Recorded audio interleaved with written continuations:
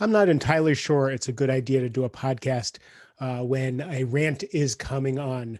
So we're going to turn on the mic. We're going to talk about the rant and see if it turns into a useful podcast episode for you guys. I'm a little grumpy about the coaching industry these days.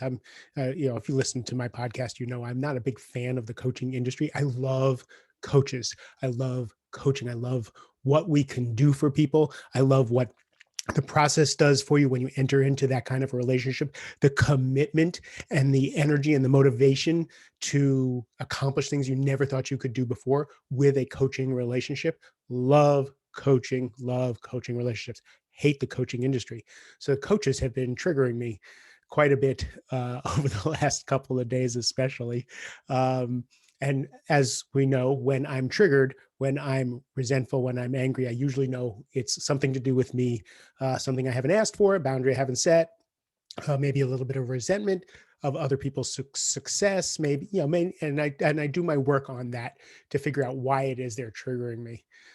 One of the things that's triggering me these days is the inauthenticity of some of my contemporaries and the inauthenticity of how they show up on camera, how they show up, um, to the world, and then what's going on in private. I don't like that dichotomy. I'm not saying that coaches shouldn't have challenges, troubles, things go wrong in their lives, relationship issues, weight issues, resistance, all the things that you and I both deal with. Coaches deal with it because guess what? We're human. I just met Tim Storey, who is probably the coach to the stars. He's credited for turning around Robert Downey Jr. in the early 2000s. He's an Oprah guy, Super Soul Sunday guy.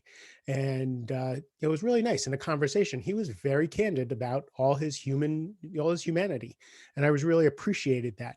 Now there is a difference between, and he talks about Tim Storey in the third person, that Tim Storey is a brand. When you get that big, when you're Tim Storey, when you're Tony Robbins, when you're any of these people, you are a brand, and there's certain things that go with that.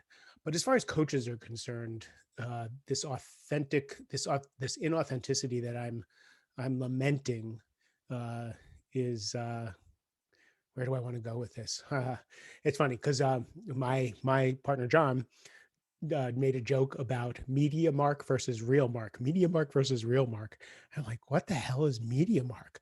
I'm pretty candid when I'm on camera. I'm pretty candid on this show. I pretty much tell you what I'm challenged with, what I'm dealing with. I think I'm pretty real. Uh, uh, Send me a note if I'm not, but I do believe I do. But I think what he sees is the extroverted Mark, the Mark who is on stage, the Mark who puts a video camera in his face when he has an idea that he wants to share with people, the one that does this podcast. He says, you can't be an introvert. You're always around people. You're always being with people. You always have a camera in your face.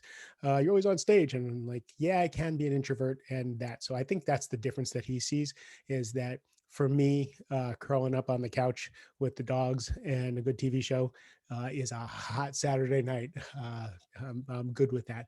But when there's something to do, when there's something to serve, when there's a message that I want to get out, I'll put on that camera, I'll turn on this microphone, and I'll talk to you. So back to, I only gave you all this background about the rant because I'm kind of fired up. But I want to talk about authenticity because I don't really believe in authenticity. I don't, when people come to me, when people come to coaching, I want to be my authentic self. I want to be authentic. And I think that's kind of a joke. I even know authenticity coaches. I think it's a bit of a joke to be authentic. Here's why. By the way, we'll come full circle with this. I promise you, if you hang out with me, it's not going to be a complete curmudgeon fest here. Where most of our personality is made up. When you're born, they slap a name on you. When my sons, Zach and Jake, were born, they weren't born Zach and Jake. In fact, they weren't even Zach and Jake before they were born. We picked those names as soon as we got pregnant. Zachary and Jake. I wanted strong names. We wanted something that ended in CK or with a strong thing. My ex-wife and I rarely agreed on things, and we agreed on the names. As soon as we agreed on the names, that was their name. So they're not Zach and Jake. They're something else. We call them Zach and Jake. I'm not Mark. I'm called Mark. You're not whoever you are. You're called that. Now, as time goes on, your report cards have your name on it. People say things about Sally. Sally's musical. Sally's mathematician. Or this one's friend. This is my friendly kid, and this is my smart kid, and this is my good-looking kid, and this is my athletic kid. And then we take on those personas.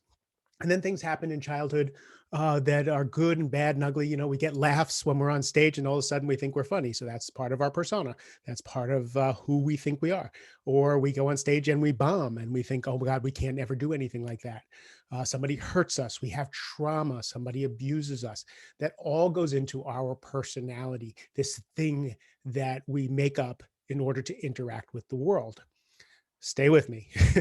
We spend years. The Jesuits say, give me a boy till 7 years old and I'll show you the man. In other words, they shape him to be the man he's going to be. We relive most of our first 7 years for the rest of our lives, unless we interrupt those patterns.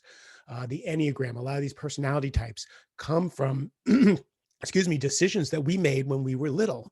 And we just carry them into our old age, even though we have gray hair, even though our situations seem to be of a more mature nature. We often react to them from our little 5, 6, or 7-year-old.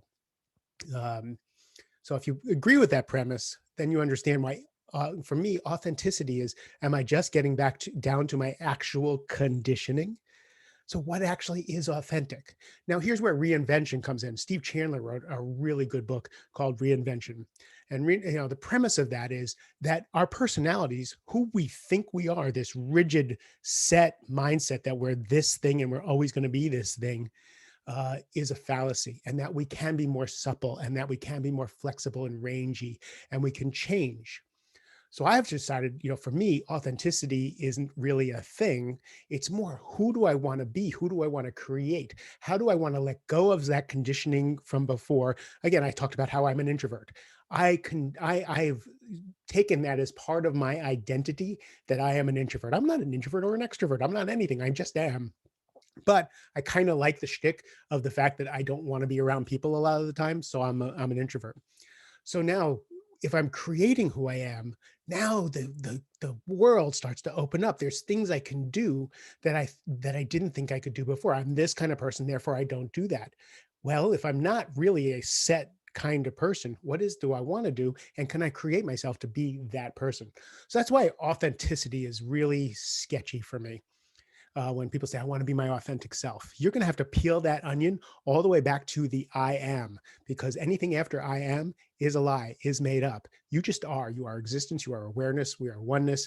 And I don't have to prove it to you. It just is. Everything else is layers of the onion that we put on. Now, there's a couple places where I am going to contradict myself here. One, authenticity to me is, if I'm angry, I'm angry. If I'm happy, I'm happy. If I'm sad, I'm sad. If I disagree, I disagree. Right? So authenticity can be something that we strive for. And I had to, because I was a people pleaser, and I never spoke my mind. I didn't set boundaries. I didn't ask for what I want. I didn't show my emotions. So authenticity was actually allowing those things. Now, a lot of those opinions, thoughts, I agree, I disagree, are conditioning. They're not authentic, but to express them is a way to get to a semblance of authenticity. Then you can learn about yourself. So speaking your truth, how you feel, what you think, your perception, and knowing that all it is how you think, what you feel, your perception, your perspective.